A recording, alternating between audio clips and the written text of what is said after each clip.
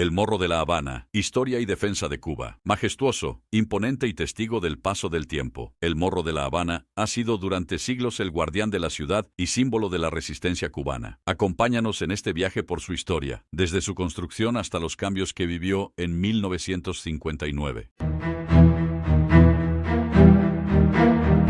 Orígenes y construcción. Nuestra historia comienza en 1589, cuando el rey Felipe II de España ordena reforzar las defensas de La Habana. Con los continuos ataques de piratas y corsarios, la ciudad necesitaba una fortaleza capaz de resistir cualquier amenaza. El ingeniero italiano Giovanni Battista Antonelli fue el encargado del diseño. La construcción tomó casi 30 años y no estuvo exenta de dificultades. Las piedras fueron extraídas de canteras cercanas y transportadas con gran esfuerzo. Cuando finalmente se completó, el Castillo de los Tres Reyes del Morro se convirtió en la principal línea de defensa de La Habana, con una ubicación estratégica en la entrada de la bahía.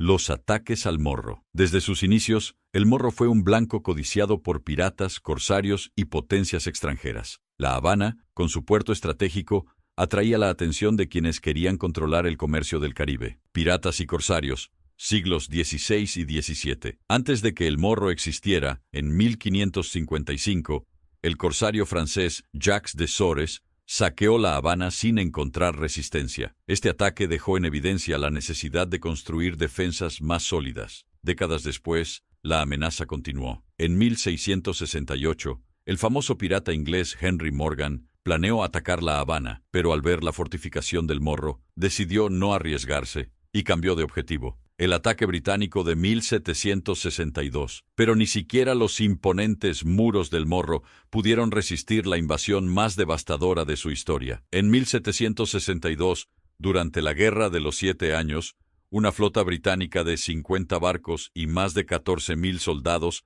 atacó La Habana. El asedio comenzó el 6 de junio. Durante semanas, los británicos bombardearon el Morro con artillería pesada, mientras las tropas españolas, lideradas por el gobernador Luis de Velasco, resistían con valentía. Finalmente, tras abrir una brecha en las murallas, los británicos tomaron la fortaleza el 30 de julio de 1762. La Habana cayó en manos británicas y permaneció bajo su control hasta 1763, cuando España la recuperó en un intercambio territorial por Florida en el Tratado de París. La Guerra Hispano-Cubano-Estadounidense, 1898. El Morro volvió a sufrir agresiones en 1898, cuando la Marina de Estados Unidos bombardeó La Habana durante la Guerra Hispano-Cubano-Estadounidense. Aunque la fortaleza no fue tomada directamente, recibió impactos de artillería que dañaron su estructura. Tras la victoria estadounidense y la independencia de Cuba, el Morro dejó de ser un punto de defensa militar activa, aunque su historia de resistencia quedó marcada para siempre.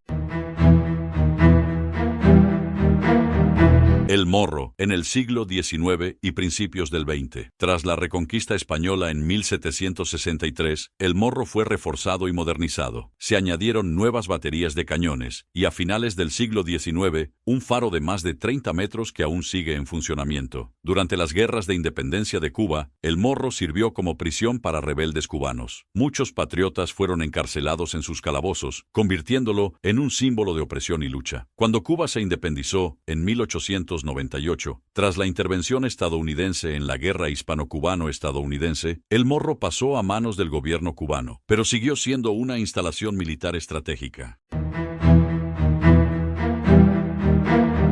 Transición hacia la era moderna. 1902 a 1959. En la primera mitad del siglo XX, el Morro dejó de ser un bastión militar para convertirse en un atractivo turístico y cultural. En 1928 fue declarado Monumento Nacional y se restauraron algunas de sus áreas. Sin embargo, también fue testigo de tiempos turbulentos. Durante la dictadura de Fulgencio Batista en los años 50, la fortaleza se usó ocasionalmente para encarcelar a opositores políticos. Con el triunfo de la Revolución Cubana en 1959, el Morro inició una nueva etapa en su historia. Fidel Castro y el Che Guevara lo usaron para eliminar a todos los opositores a la Revolución Cubana. Muchos años después su función militar desapareció y poco a poco se convirtió en un sitio histórico y turístico de gran importancia para la identidad cubana y la supervivencia de la isla.